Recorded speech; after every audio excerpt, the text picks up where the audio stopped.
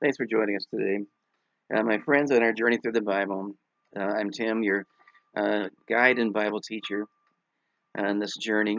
Our reading for today was in Jeremiah chapter 12 to 14. And I'd like to begin today with a question.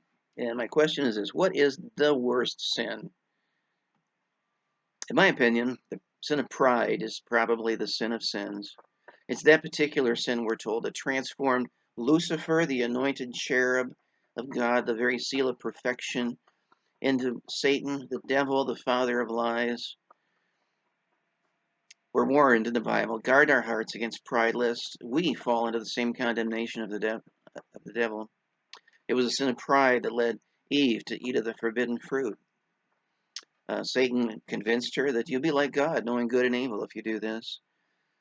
He wanted to share his condemnation with others. And it's also, I think, the worst because it's one of those acceptable sins, you might say. You can't necessarily spot it. It can remain hidden for a long period of time. And today I'd like to encourage you, eliminate any trace of pride in your life. Fight it, my friends, if you find that tendency. Well, it begins in chapter 13 with another assignment God gives to his prophet. Thus said the Lord unto me, go and get thee a linen girdle, put it on thy loins, and put it not in water. And so I got a girdle according to the word of the Lord, and put it on my loins. And the word of the Lord came unto me a second time, saying, take the girdle that thou hast got, which is upon thy loins, arise, go to the Euphrates, and hide it there in a hole of the rock. And so I went, I hid it by Euphrates, as the Lord commanded me.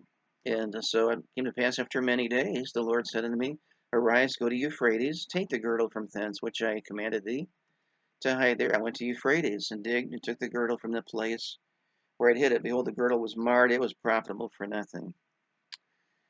So here we see that God's giving Jeremiah an assignment. Find a linen girdle. Linen would not be the normal material for a man, but it symbolizes purity. It was the garment that the priest would wear. And this was his underwear, his fruit of the looms we're talking about here, that Jeremiah was to wear and not to wash it. You can imagine what it would be like after a period of time. And then God said, go hide it in the Euphrates. Why the Euphrates? Uh, don't you think the banks of the Jordan River would work just as well? The way this was written, it sounds like, okay, yeah, Jeremiah um, took off this underwear after a long period of time and just went down the street to the Euphrates. No, it was a trip of 722 miles from where he was to where the Euphrates would be. Why in the world would God want him to put it over there? I'll tell you why. Because for years the Jews have been turning to foreign powers for help. If Egyptian was threatening, they would turn to Syria or even Babylon. When Assyria was threatening, they would look to Egypt. This was ungodly territory. And it was also the place where God was eventually going to take his people to Babylon. He would eliminate their tendency to worship idols as a result of that. The city, their temple, as far as God is concerned, would be ruined. It was good for nothing because of their pride.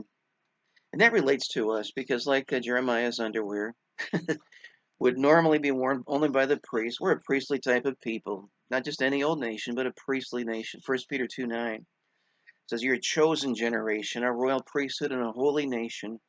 We're to minister before him as priests. We offer up sacrifices, our life as a sacrifice. We offer up prayers to God. And that's just a reminder for all of us. You know, priests were not sitters. They didn't arrive in the temple just to sit, but they were servants, and that should be our attitude. It's not, what can God do for me, but what can I do for God? And that can all be ruined, my friends, when we exalt ourselves and pride enters our life. God saved you to be righteous, my friends. Rejoice in that, but that's not a cause for pride. That's a cause for thanksgiving. Well, be thinking about this today, will you? And how God has um, given us his grace and his mercy. That's how we're saved. And stay in the Word. Tomorrow's reading is in Jeremiah chapter 15 to 18. I would encourage you to be reading there, and I'll look forward to being back with you very soon. So we think about that. Have a great day, folks.